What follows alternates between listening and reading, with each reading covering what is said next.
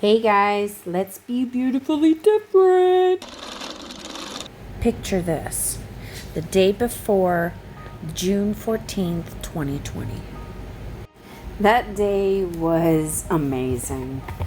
I felt like everything was finally falling into place. Everything seemed right. I finally got that position I wanted. I finally got that work visa in Germany. I finally got that group of colleagues that maybe I could call friends. I was talking to a really sweet guy, and I don't know, it was just great.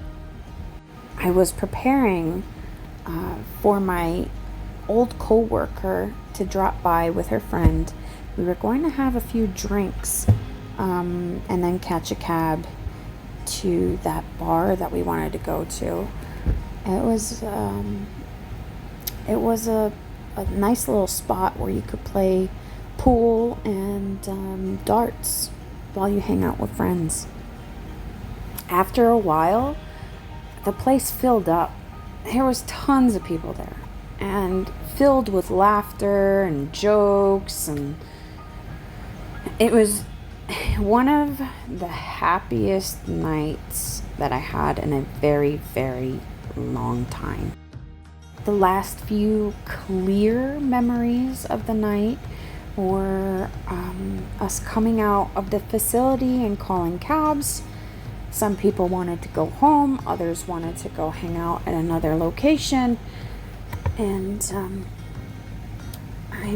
I went with another lady I had met that night.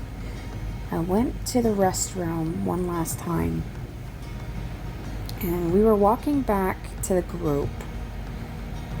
I looked at her, and she had this big bob. Her curly hair it looked amazing. And I remember telling her, I was like, "You look so beautiful tonight." And we were laughing so much. And I don't know, that was like the last moment that I actually clearly remember. The rest of the memories are like a horrendous nightmare. These memories still haunt me today. And there was no real timeline, because I woke up in a hospital. I had no idea where I was. I had no idea what happened or why this hospital room was empty and cold, and why I couldn't move or speak, or it was really scary. I thought I was still dreaming. Later that day, nurses came by. They told me there was an accident. They couldn't tell me what accident it was.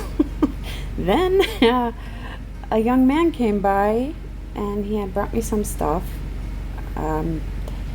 He explained to me that there's an accident, a severe accident, and it had to do with a car, but he couldn't tell me much more because he himself was a little shaken and unsure what exactly was going on. It was very interesting. Yes.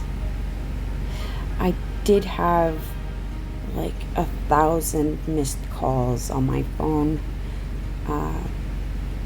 The thing was, the people that had called me, they didn't ask how I was or how I was doing. They were asking me, what happened? Who was there? How are you, how are you in that place, but everybody else is in that place? And I had no idea. It was absolutely frustrating. And that was when my Sherlock Holmes story begins, piecing everything together.